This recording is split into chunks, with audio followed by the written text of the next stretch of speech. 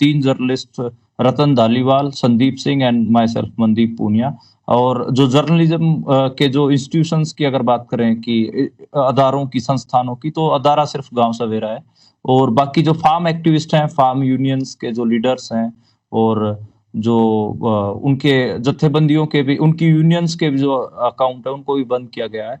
और जो social media activist भी हैं उनके अकाउंट्स को भी बंद किया है। 150 accounts has been withheld in India by Twitter. Farmer protest के अलावा कौन से ऐसे इश्यूज हैं जिन पर अगर बात करते हैं जर्नलिस्ट तो उन पर गवर्नमेंट की तरफ से या मुख्तलिफ हरबे जो है इस्तेमाल करके दबाव डाला जाता है? माइनॉरिटीज ग्रुप, उनके इलीगल एनकाउंटर्स की आप बात करते हैं, उनके प्रोटेस्ट को कवर करते हैं, या फिर उनके जो राइट्स की अगर आप बात करते हैं, उनके ऊपर हो रहे हमलों की अगर आप रिपोर्टिंग करते हैं, तब भी आपके ऊपर दबाव आता है, तब भी आपके ऊपर मामले दर्ज होते हैं, तब भी आपके चैनल्स को ब्लॉक किया जाता है। और जब आप फार्मर्स या फिर लेबरर्स की अगर आप प्रोटेस्ट को कवर करते हैं, वो जिस क्राइसिस में खड़े हैं उस क्राइसिस को कवर करने की कोशिश करते हैं, तब भी आपके ऊपर हमले होते हैं। मनदीप, भारतीय वजीर आजम नरेंद्र मोदी जब यहाँ अमेरिका में भी उन्होंने कांग्रेस में जब खिताब किया और बहुत से इवेंट्स पर उन्होंने जब एड्रेस किया तो उन्होंने कहा कि इंडिया जो है मदर ऑफ डेमोक्रेसी है। सोशल मीडिया पर ये जो कर्ब्स हैं और जो इक़दाम हुकूमत कर रही है सख्त, किस तरह से वो इसे डिफेंड करती है?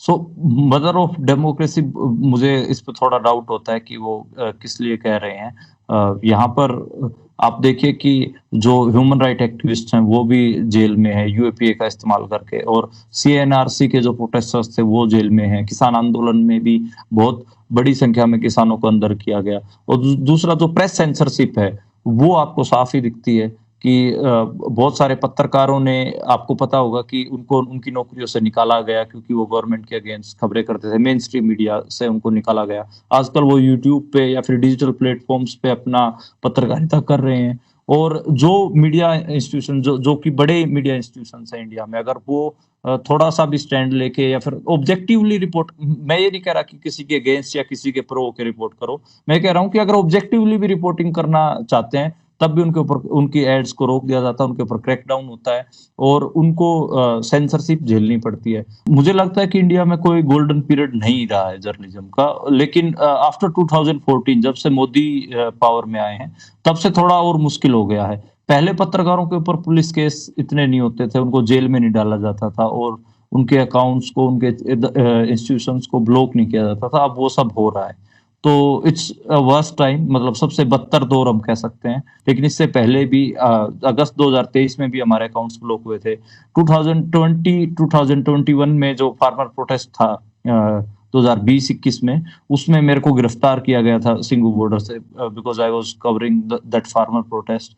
और भी कई पत्रकारों को इन्होंने नोटिस भेजे थे। तो नाउ इन्होंने एक हिसाब से जर्नलिज्म को एक क्रिमिनल एक्टिविटी में तब्दील कर दिया। डिजिटल प्लेटफॉर्म्स पे इंडिपेंडेंटली लोग ट्राई कर रहे हैं, उनको ना तो गवर्नमेंट से सपोर्ट मिलता है, ना बड़ी एड्स उनको मिलती हैं। और ज्यादातर crowd fund based news portals हैं जिनको लोग चंदा देते हैं। हमें भी फार्मर्स और जो मजदूर हैं और जो आम लोग हैं, आवाम है, वो थोड़ा बहुत क्राउड फंड देता है, उसकी वजह से हम अपना जो ये ऑर्गेनाइजेशन ये रन कर पाते हैं।